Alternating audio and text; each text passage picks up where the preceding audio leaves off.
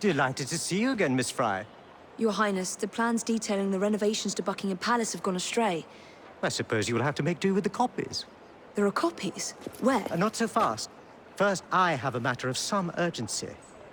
Carrying out my plan would require stealth and speed, qualities I know you possess. Time is of the essence, Your Highness. Then make this quick, my dear. The most influential men in Parliament remain beyond my reach. But these very men have sent for carriages to prepare for the ball tonight. Acquire an official carriage, and we shall drive the politicians to their destinations. Along the way, I will meet with them. And afterward, I shall tell you where to find the plans. You're a shrewd negotiator. One must be when one is so often underestimated.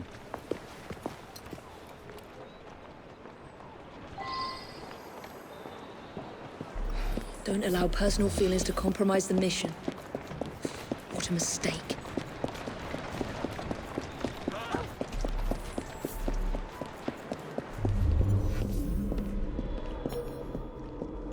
Come on, bloody Pegasus! God save the Queen. Walk on, stupid nag!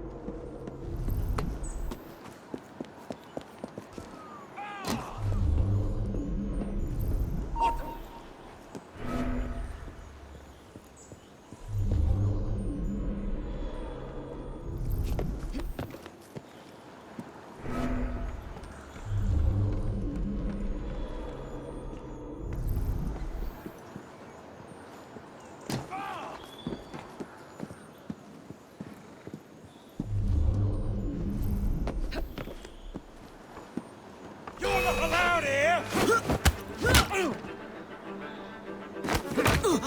I don't like the look. Upstairs before it's too late!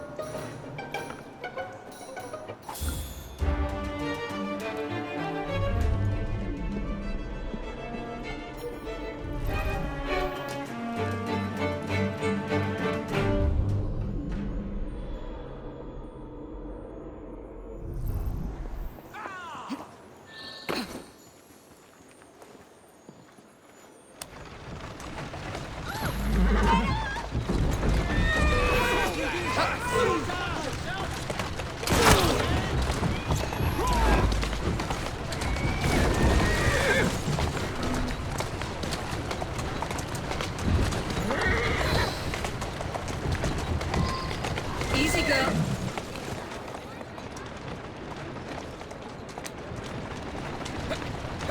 Calmly. Shall we lobby our Go cause, on. Miss Fry? Climb up, Your Highness. Where are we headed? Belgrave Square.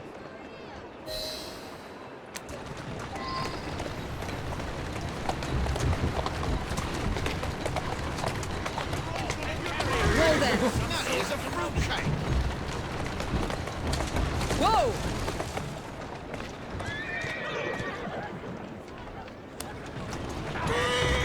You won't be through. Slow down.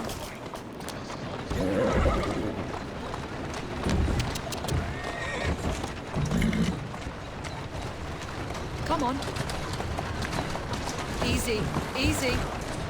Tourist station is on the double. My son is anticipating my arrival.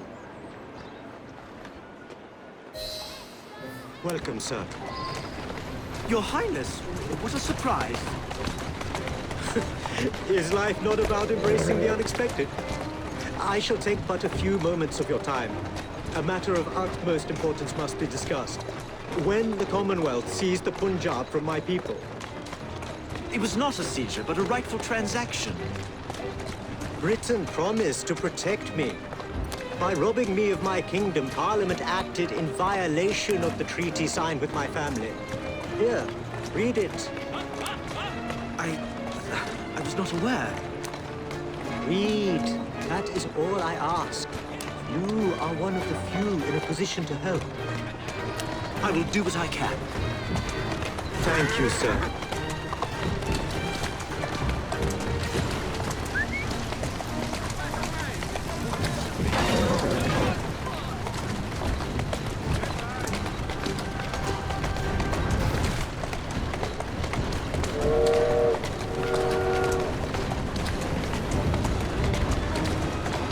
That's it.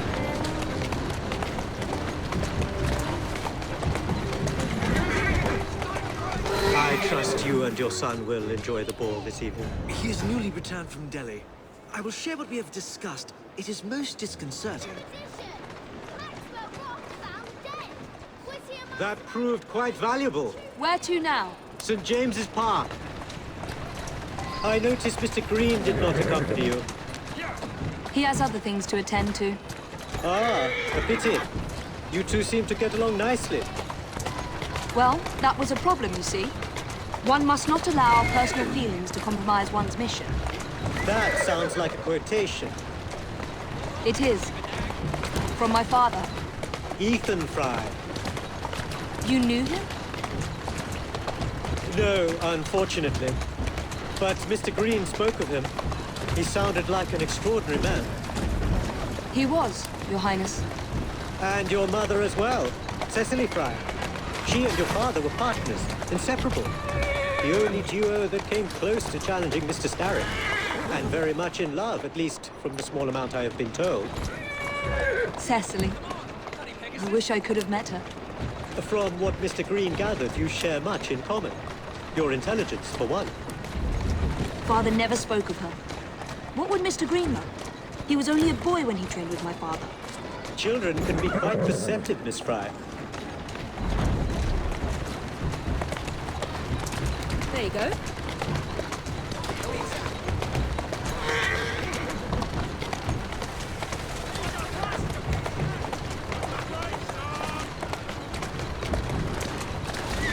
Easy now.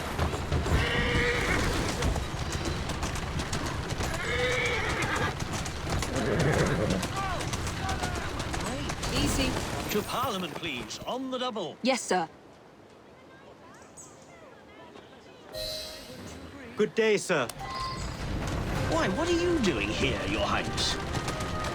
I know how busy your days have been of late. A few moments of your time is all I require. This is all rather unorthodox, but continue. Britain was to protect me according to the treaty my family signed. Instead, she took my land.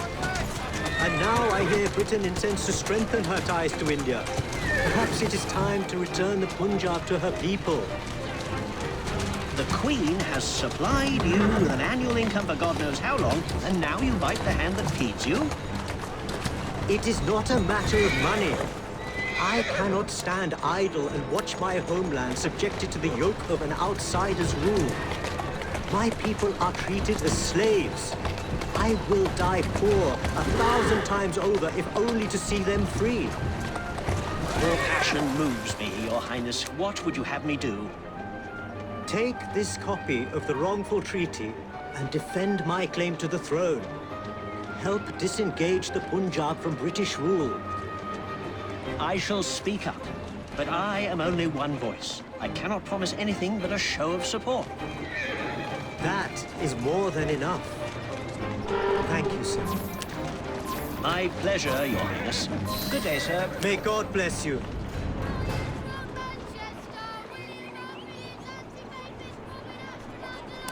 Only one more remains. To the Gladstone residence. Do you miss India? I remember that my mother smelled of cinnamon. And when she cradled me in her arms in the summer heat, I would hold so still that she fell asleep. When I lost my kingdom, it hurt. For truly, when they took my mother away, I saw her again 2 years before she died. The summer long since faded. I miss her. I miss India. I love India because I love my mother. Will you ever return? I have petitioned the government several times, but they withhold their permission. Do not be fooled by appearances, Miss Fry. I am in many ways a prisoner. Perhaps we may work together more closely for your cause in the future. I would like that very much, Miss Fry. To the Syndicate Club, straight away.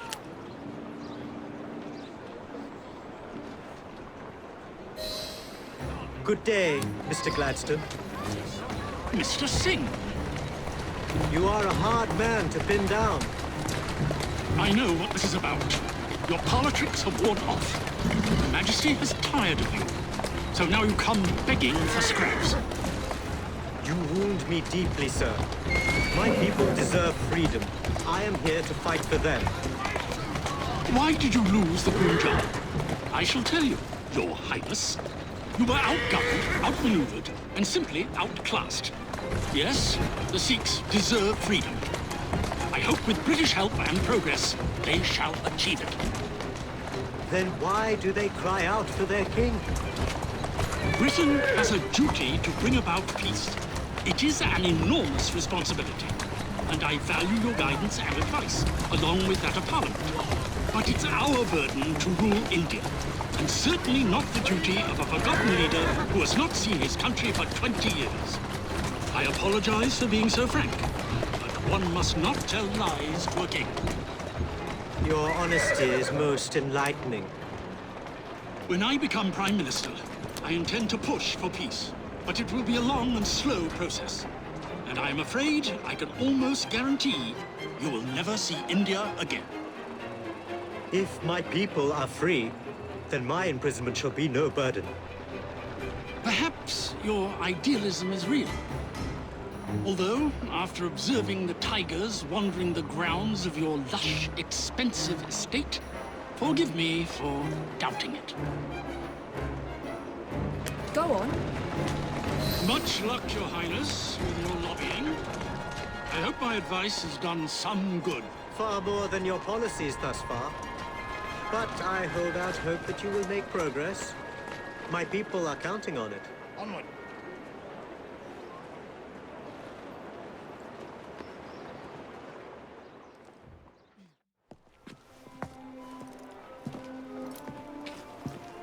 Thank you, Miss Fry, for forwarding my cause. Oh, you are welcome. I hope some good comes of it, despite Mr. Gladstone's vitriol. Those of us with the largest hearts protect them the most. Your father, for instance. From what I understand, he was extraordinarily sad. Broken, even, after your mother's passing. That kind of pain can blind us, cause us to say outlandish things to protect the ones we love. It's time you returned this carriage and recovered those plans. They are located in Buckingham Palace. The Queen keeps them among her personal papers in the White Drawing Room. I wish you a good evening, Miss Evie Fry. And to you, Your Highness.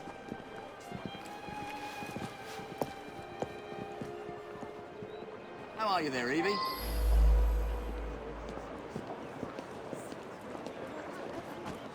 Onward, girl.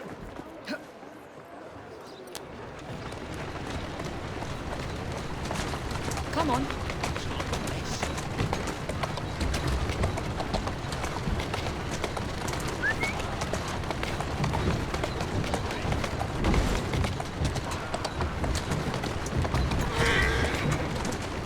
There you go.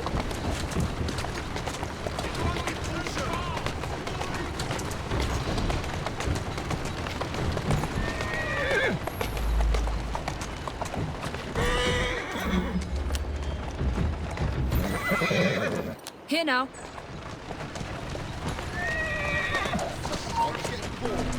Atta girl. A little the worse for wear. Don't let her get away! Slow down! I'm warning you! You can't run forever! Slow down before you...